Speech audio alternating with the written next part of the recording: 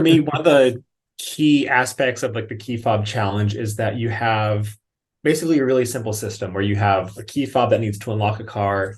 You want it to be fast. For the user to be satisfied with that system, you have to be able to press the button and then within a second or two have your car unlocked. So the challenge is security, but not at the cost of user experience.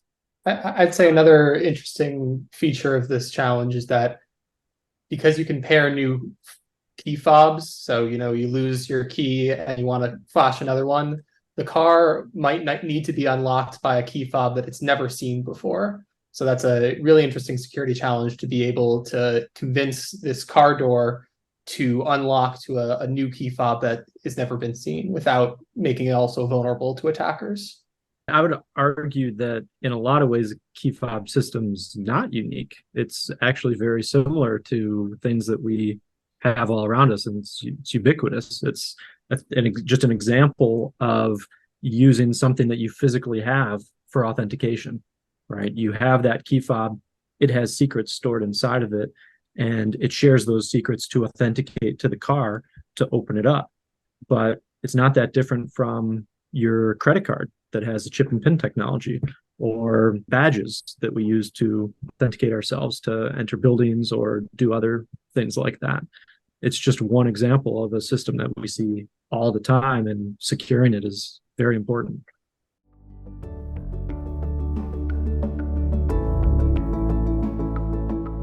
The most important thing to start with is to fully understand the security requirements that are being asked on them, because if they don't understand exactly what is being asked for them to secure and in what situations that this device will be available to be attacked in, what information the attacker has, there's not a chance that they're going to be able to defend it correctly. I would say additionally that understanding is of the utmost importance. So teams should really understand their own security before implementing it.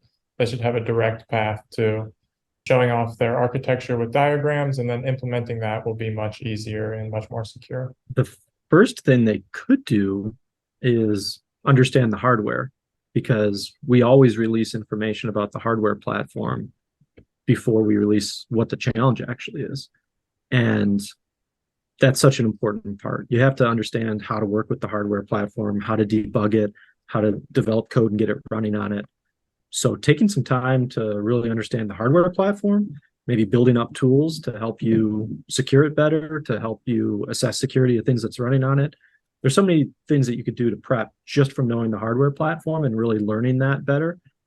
It'd be great to see more teams doing that early on. And that's one of the reasons why we've started releasing information about the hardware platform earlier and earlier each year.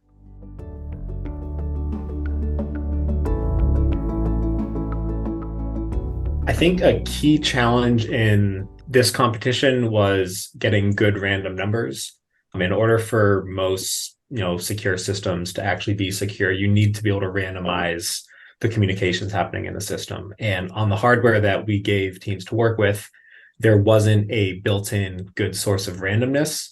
So if teams weren't able to come up with good random numbers from some creative technique in the hardware that they were given, it was hard to make sure that messages being sent were up to date and that you weren't getting something sent in the past that maybe had like a vulnerability associated with it.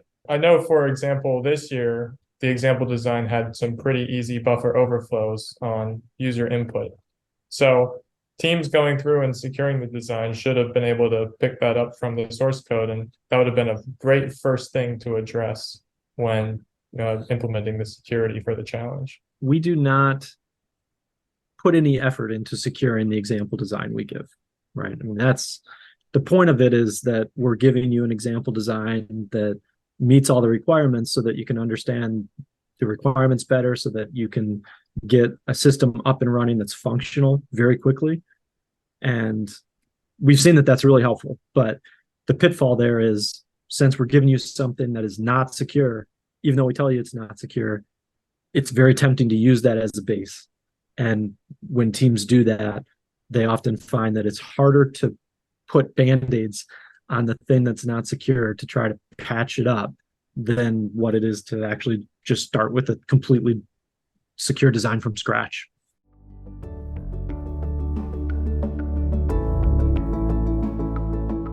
I know one team got pretty interesting with entropy generation during the challenge, or generating randomness, and used an additional source that I don't think any other team used, which was the clock skew on the different microcontrollers we were using. So all of the clocks on the chips are slightly off, and they use that as a source of entropy. Collecting entropy in a secure way is non-trivial, and so the creativity, and there were a lot of teams that were coming up with some creative ways to gather entropy. That was actually pretty cool to see. I think that was surprising.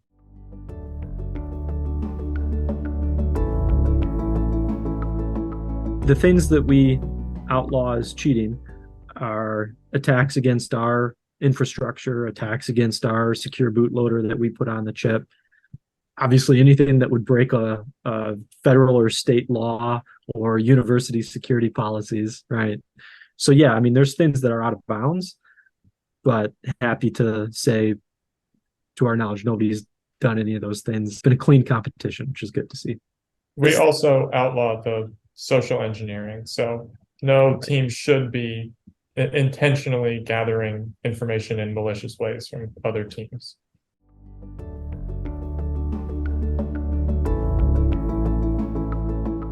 I think what Carnegie Mellon did the best was managing the resources they have and building. They had a large team, but they managed it effectively. They delegated tasks. They used, yes, they had competitors from last year, and they leveraged that knowledge and spread it. So they really built out a large team and managed it well enough that they could have individual groups of members focusing on individual attacks, building out attack infrastructure, working on doing hardware attacks, working on analyzing all of the different designs that were out in the challenge. So I think what really impressed me about Carnegie Mellon was just their ability to scale up from what a small team could do, but keeping that effectiveness across a large team, which is not a trivial feat.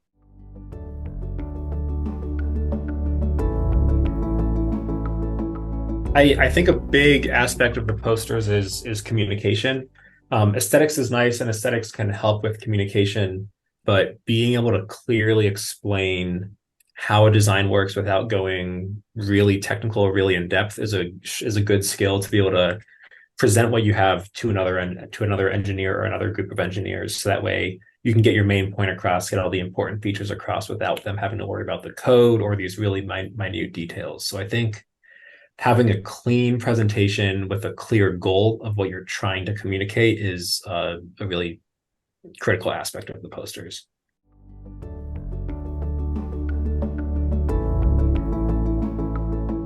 I think that just speaks a little bit to how a lot of times the vulnerabilities that you find in one system will be repeated in other systems. And so when they found some vulnerabilities, they immediately looked to see, did they spread, did they also apply to other systems? And I think they found that they did. And so that's actually pretty common, both in eCTF and in the real world. So, what they were seeing is they would find a vulnerability, and it would end up being applicable in more places than just the original spot where they found it.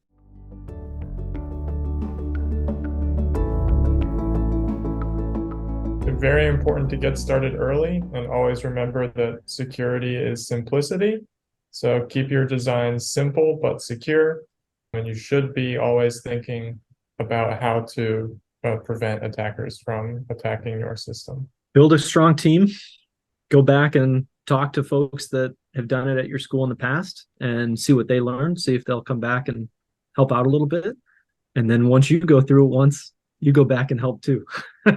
Keep that pipeline going, because I think that's what we're seeing the strongest teams are doing, and that's why they're winning, is because they've got that pipeline of the more advanced students going back and helping and tutoring and mentoring the new ones. Definitely don't be afraid to pursue or learn about new security topics, whether it's cryptography or hardware security, because each challenge that we run, there's an opportunity, I think, to try some new techniques that maybe didn't apply to the last challenge, or they work a little bit differently for the current one. But also in, finding out about cool new things you might want to try, don't get in too much over your head, because any sort of new technical capability or code you want to integrate into your system will usually take longer to get working than you think it's going to take. So if you're starting with like a really large cryptographic library, consider what it provides you, and if it's worth putting in the time it might take to get it working. The most important thing that I've observed is for teams to build incrementally. So you make your design and you design your final perfectly secure system, but you don't then go and build that system right away. If you try to, you're going to do it wrong, and you're not going to know where you did it wrong because you just built and changed so many things that the problem could be anywhere. Start with the example design and add in one change at a time, and slowly add, maybe just compile in your new cryptographic library, then just do a dummy pass through it that uses fake data just to make sure it's working.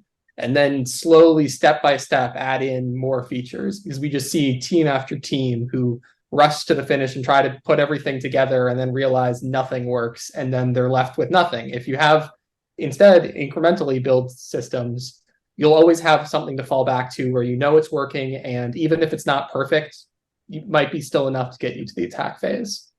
Don't assume your code is working exactly the way you think it is. Don't make your own cryptographic libraries. The cryptographic libraries we have are standard for a reason. Many scientists have looked over them, so stick with them. Don't assume that because an algorithm or a library hasn't been attacked in the open that it's free from vulnerabilities. That's a good thing to look at if you know that the algorithm or crypto library has actually been assessed by anybody. But if it's something that just nobody uses, then there's probably not many security assessments done on it either. And you using it in the eCTF will be a good invitation for everybody to suddenly start looking at doing a security assessment of it. Don't get caught trying to finish the absolute perfect design and then not be able to turn into a design. Focus on getting to a point where you have an acceptable design that may not be a perfect system, but at least is acceptable, because there's always going to be trade-offs for time and security. And we're on deadlines. You have to get into the competition to get into the attack phase. So don't focus on perfection. You can aim for perfection, and if you get there in time, great. But if you don't, you still want to make it to the attack phase.